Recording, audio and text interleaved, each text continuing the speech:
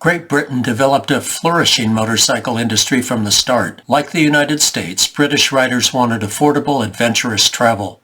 Several motorcycle manufacturers emerged from the horse-drawn and bicycle eras and quickly rose to lead the world at motorcycle production. Birmingham Small Arms, or BSA, was the world's premier builder of motorcycles by the Second World War. Notably, British technology was leading edge within the motorcycle industry.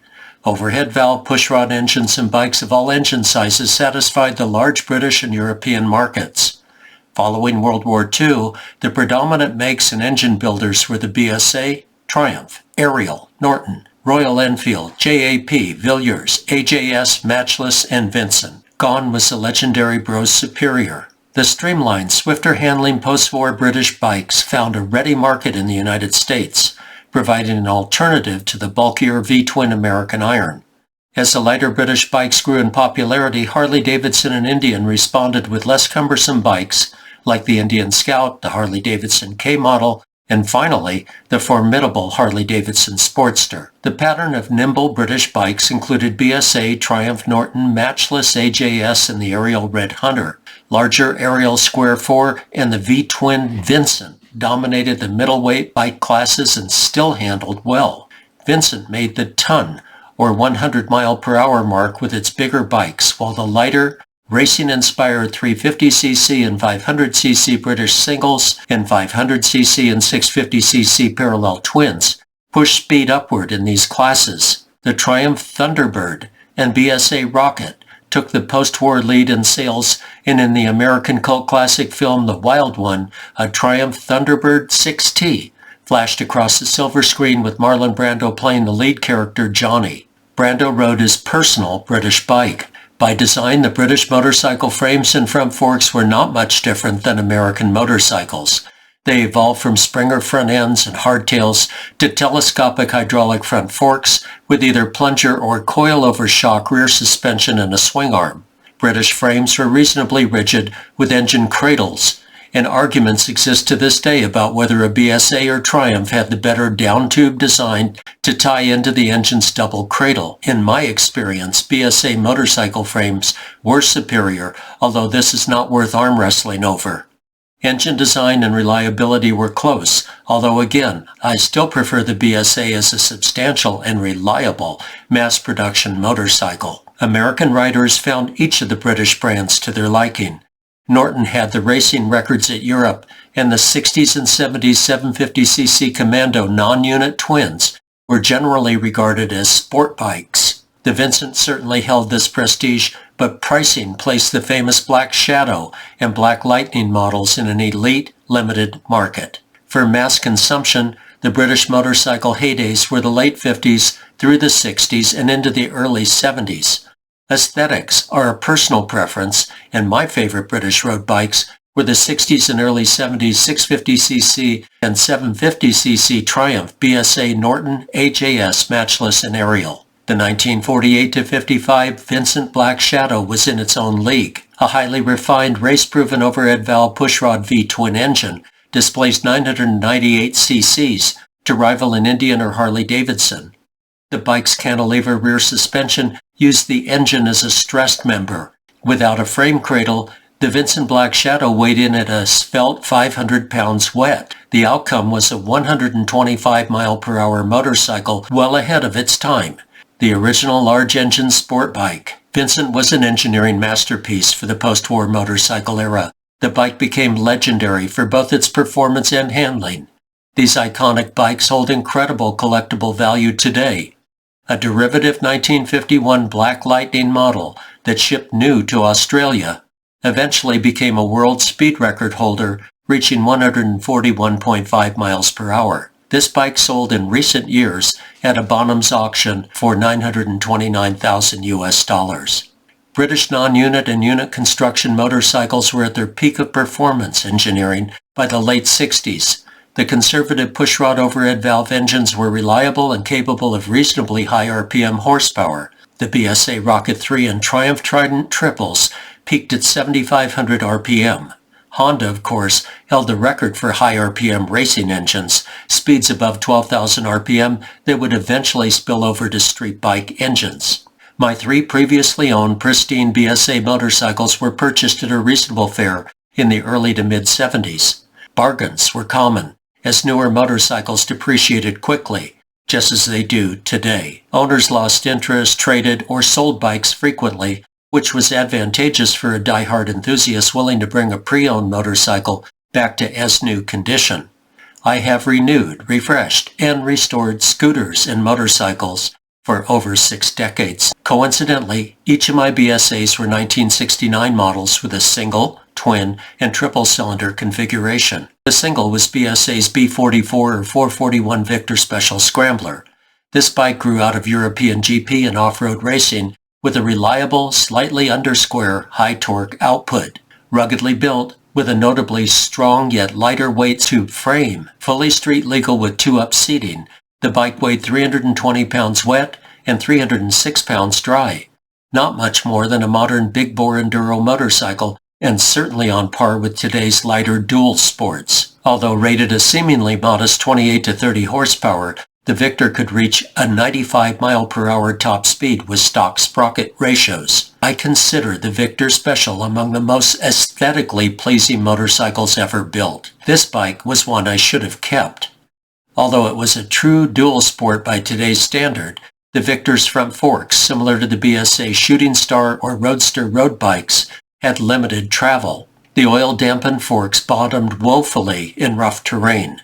The vertical rear shock springs made these bikes far less controlled in open desert competition than modern open desert enduro or trail motorcycles. Vertical shock springs were common for enduro and scrambler bikes until the mid-70s transitioned to cantilever shock positioning. In the 80s, modern monoshock rear suspension made dual shock springs obsolete. My 1969 A65L 650 Lightning Twin was a class act. Notably, the vibration from a rigidly mounted twin engine shook hardware loose and cracked the license plate, yet the 69 Lightning was extraordinarily responsive at speed or in a pinch.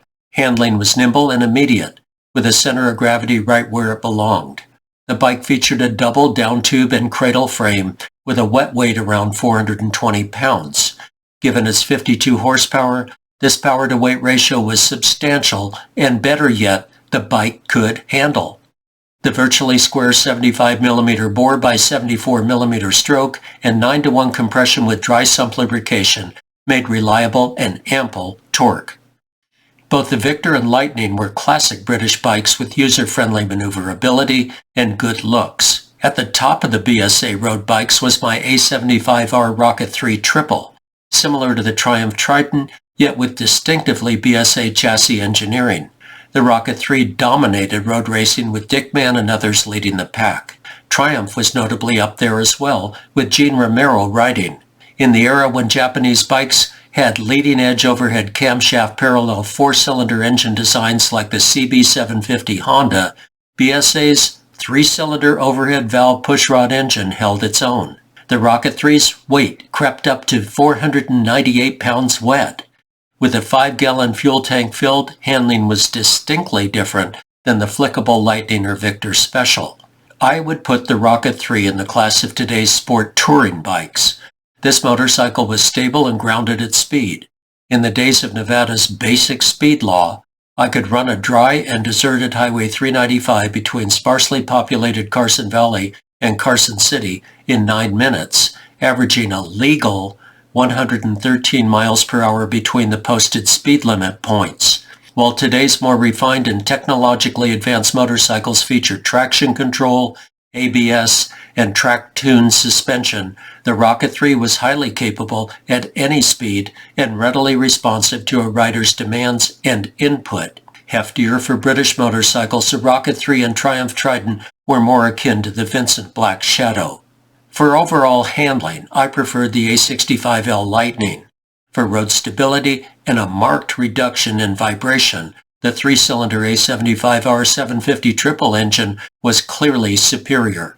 Both being pushrod overhead valve designs, the twin without a modern balance shaft was a shaker. The triple's firing cycles worked fine without a counterbalance shaft and overcame the vibration stigma.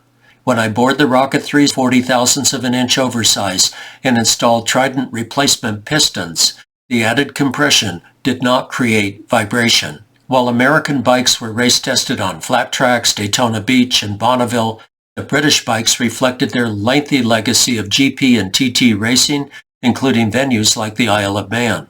As a result, vintage British bikes could handle and corner.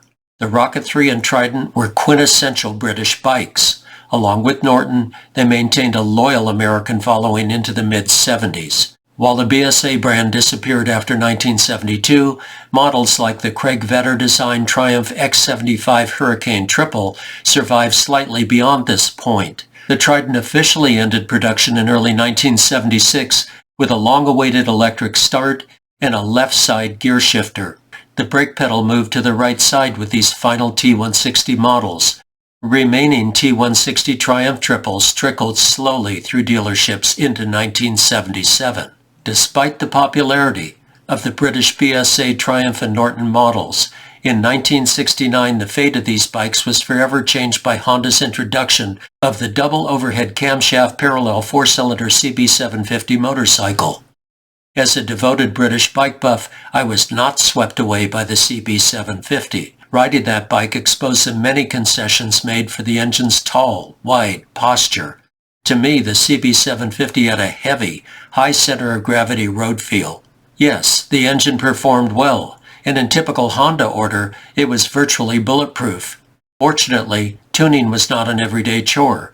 Valve adjustment and syncing four carburetors was more complex than the service needs of the British twins, or even triples. Despite its shortcomings, the CB750 heralded the industry-wide use of a front disc brake, electric starting, and other modern street bike features. The breakthrough four-cylinder technology followed Honda's intimate relationship with road racing. Honda remained a trendsetter with advanced powertrains and ever-improving chassis features. By the late 70s and early 80s, this engineering applied to both on- and off-road motorcycles. BSA, Norton, and finally the Triumph badge each disappeared under a variety of circumstances and market trends. The inability to compete with four-cylinder overhead camshaft Japanese engines, the advanced Japanese production methods, and the global sales volume capacity of Honda, Yamaha, Kawasaki, and Suzuki left the dated British manufacturing facilities far behind. Today, the original Honda CB750 is regarded as a collectible. Objectively, these bikes were mass-produced with far less concern for engine casting appearance or the frame weld look. Bright chrome and metallic colors made up for lack of finesse. Though always spot on for dimensions, machining tolerances, and structural fit, Honda lacked the aesthetic appeal of the artful British marques. In the American market, this made little difference though. The British bike slipped steadily into technological obsolescence in the face of head-turning Japanese four-cylinder parallel engines. For curb appeal, there is nothing that rivals a sporty, tastefully chromed British classic. For tuning, lower maintenance, and overall dependability, however, nothing rivaled Honda and the other emerging Japanese road motorcycles. British motorcycle tuning does deserve mention. My three 1969 BSAs were representative of England's fascination with Lucas, Amel, and Smith's components. Smith's speedometers and tachometers are prominent among the post-war bikes. Amel monoblock and concentric carburetors are legend. Hit-or-miss dependability around Lucas Electrics was ongoing. Even more quirky was the British assignment of ignition components and carburetors. I owned BSAs in the early to mid-70s, having worked professionally as a light and medium-duty truck mechanic with a good dose of muscle car experience. I understood dual breaker point performance ignitions. British bikes provided an ideal platform for precision tuners. The 69 models were still breaker point ignitions, and BSA, like other British builders, assigned a set of ignition points for each cylinder. The singles got one set, the twins got two, and the triples got three sets of breaker points. Each point circuit had its own oil-filled ignition coil. Adding to that, performance demands called for an Amel concentric carburetor at each cylinder. My strategy was to tune each cylinder like a separate single-cylinder or thumper engine. This was simple enough for the 441 Victor Special single. On the twins and triples, I would block off the other point set or sets with cardboard. and run the engine on one cylinder at a time. That cylinder would get its points gap, breaker point, dwell angle confirmed, and the base spark timing set. Then I adjusted the carburetor slide height using this vacuum tester. Idle mixture was set as well. Once all cylinders were set up individually, the engine was run on all cylinders for fine-tuning adjustments. These engines ran smoothly with balanced performance. One issue to keep tabs on was air leaks past worn carburetor slides and bores. The most obvious symptom was an erratic idle speed. Engine speed would flare upwards on its own as the engine warmed. First, the engine found air and fuel from the leaking slide gaps. Then the centrifugal spark advance mechanism dutifully advanced the spark timing. The combination had the engine's idle speed rising to 2,000 RPM. Amyl carburetors were otherwise reliable beyond this wear point. Spark advance mechanisms needed regular attention, including proper oiling. Having worked on the British bikes professionally, it would be a joy to restore a late 60s or early 70s motorcycle. Unfortunately, the price for these machines, even a basket case, has risen dramatically. Popularity is kindled by those of us who either rode these bikes or developed an appreciation for the unique features and styling. Also weighing in is a lack of affordability of muscle-era cars. Classic motorcycles in general are less costly to buy, restore, and store. For a motorcycle enthusiast like me, a classic motorcycle is just as much fun to own and operate as a muscle car. For a vintage scrambler or dual sport rider, there is nothing more elegant and functional than a Rickman Matisse frame with a classic British engine and transmission unit.